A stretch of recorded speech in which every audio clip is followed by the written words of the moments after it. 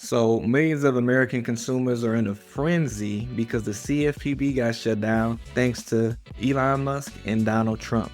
Their job was to protect consumers, and now people are confused about what they can do. As a credit expert that has helped consumers for over a decade, I'm going to tell you exactly who this affects and what you can do about it while leaving out all the fluff that's out there. But first, for those of you that have never heard of them before, what does the CFPB do and why do they exist? The CFPB was founded in response to the 2008 mortgage meltdown to help protect you from financial fraud, abuse, and unfair practices. So as you know, there was a lot of corruption going on around 2008 in regards to some of the lending practices and things that were going on. And this bureau was put into place to start protecting consumers from issues like that. So let's talk about what happened. Employees at the Consumer Financial Protection Bureau were abruptly informed Sunday afternoon that the watchdog agency's Washington, D.C. headquarters will be closed this week. In an email obtained by CNN, Adam Martinez, the CFPB's chief operating officer, instructed all employees and contractors in Washington to work remotely unless instructed otherwise from our acting director or his designee. No reason was stated for the sudden closure. Now, a few more details into that.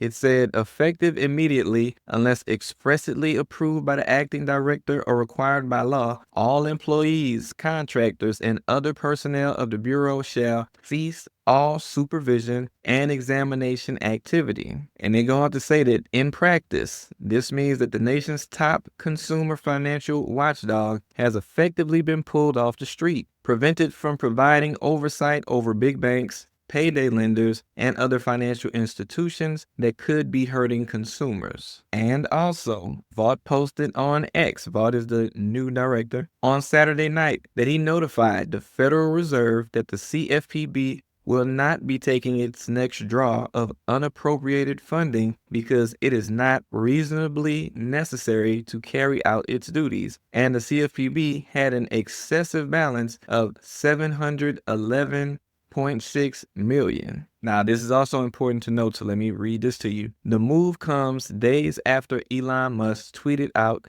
CFPB RIP with a tombstone emoji. Officials from Musk's Department of Government Efficiency, DOGE, deleted the CFPB's X account on Friday night, a person familiar with the matter told CNN. And now this is very important. DOGE officials have been granted administrative access to the CFPB systems, including content management system, back-end systems for the Bureau's website, and the active directory of personnel, the source told CNN. So now DOGE, a unofficial entity, now has access to all of that information at the CFPB. And if you've never submitted information to the CFPB, a lot of times when complaints are submitted, you are submitting information about accounts that may be on your credit report that you're dealing with an issue with, if not a certain issue that you might be having with a particular bank or financial institution. And now, tied into what I just read, and we still have a few more things to cover too, I want you to see that on the CFPB's website, and again, keep in mind what I just told you, DOGE has access to,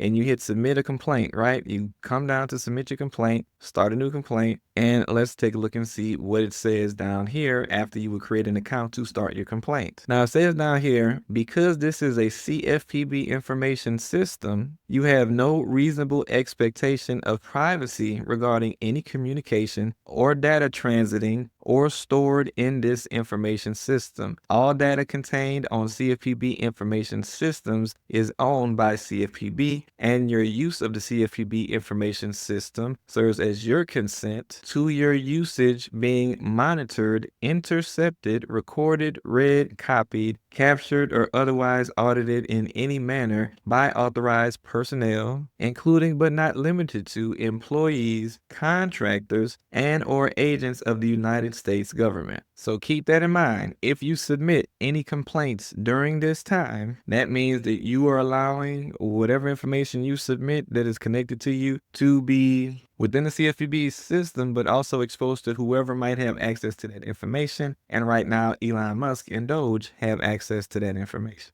So now with them being shut down, let's take a further look into what that can do or what that really means. So what are the impacts? The shuttering puts a pause on the CFPB's actions, leaving questions up in the air about its pending lawsuits, including one accusing 3 banks of allowing fraud over Zelle payments and another accusing Experian of failing to remove errors from some people's credit reports. Now, it also says that the CFPB recently finalized some rules like limiting overdraft fees to $5 and removing medical debt from credit reports, but they haven't taken effect yet, and now they may not.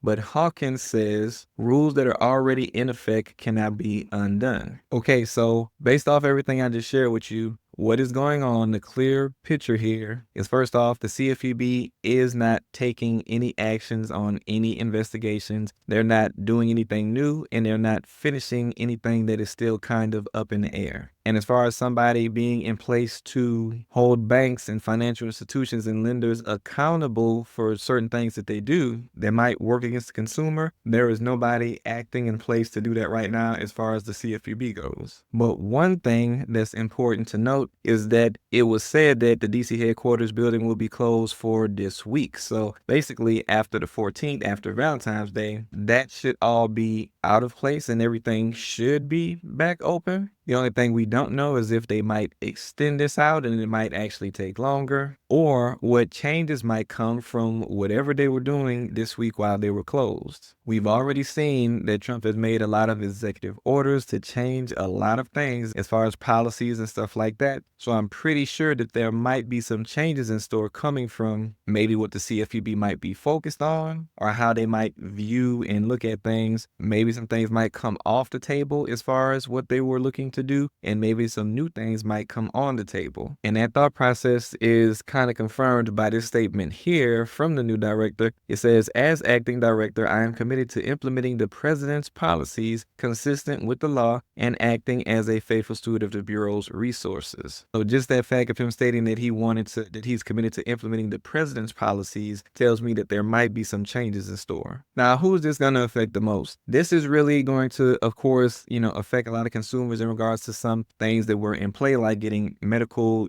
collections off of your credit reports and getting fees lowered at the banks. Of course, those are some things that people might have really gotten some relief from. So of course that can affect a lot of consumers in that way, but mostly you guys don't really participate in any of that. So you guys that are out there trying to, improve your credit because you're trying to get business funding or get a house or get a car or whatever it might be, you guys might be concerned because a lot of people use the CFPB as a method of disputing certain things on their credit report when things are constantly getting verified on your credit report when you send regular disputes, or just other things where you're just not really getting sound or satisfactory progress in some issues that you might have dealing with your credit. And you're trying to use the CFPB to enforce some of those laws that are out there. And real quick, if you're a business owner and you're trying to get funds for your business, but you're having issues figuring out what to do with your credit to make sure you're not denied or constantly getting low limits, then make sure you check out my free school community down in the description, and you can get information on what you need to do to build out your personal credit profile to ensure that you get approved and ensure you get higher limits. And again, all of that information is free in my school community down below. But back to this news. Now, if that is your concern, if you're concerned because of that, I will tell you that you really don't need to be concerned about that, really. Because the CFPB is just like a more advanced or level up as far as more aggressive way of dealing with some lingering issues that might be on your credit report, but you can still do regular disputes like anyone else would when they have an issue on their credit report. Granted, it is good to always have that extra level of protection from the CFPB where they can kind of enforce those laws. You still have the ability to do the same thing just without the CFPB. And again, this is temporary, so more than likely this won't be something that will, stick and last forever. But I'm going to give you some other advanced methods to deal with issues that might be in the same category of a situation that you would actually go to the CFPB. So some other things you can do is also file a complaint with the BBB, the Better Business Bureau. That's another method that you can use. You can also go the litigation route and actually end up, maybe suing the credit bureau, suing somebody on your credit report. And you can do that, if not by yourself, using a consumer protection attorney. Now, you can also go to the FTC if maybe there's something, fraudulent on your credit report. or with some of these similar issues as well. And you also have your state attorney general that you can reach out to in order to try to get some of these bigger matters or more lingering matters dealt with on your credit report when the credit bureaus aren't deleting things that they should be deleting, or the banks or lenders are giving you a hard time. Now, look, if you need to do something about your credit right now and you really have been stuck in not knowing what to do, then go ahead and check out this video to learn the fastest ways to improve your credit when you have a lot of negative lingering items on your credit report. But if you want to know about some of the changes that are happening politically and economically that are affecting business owners' ability to get funding for their businesses, go ahead and check out this video. And I'll see you in the next one.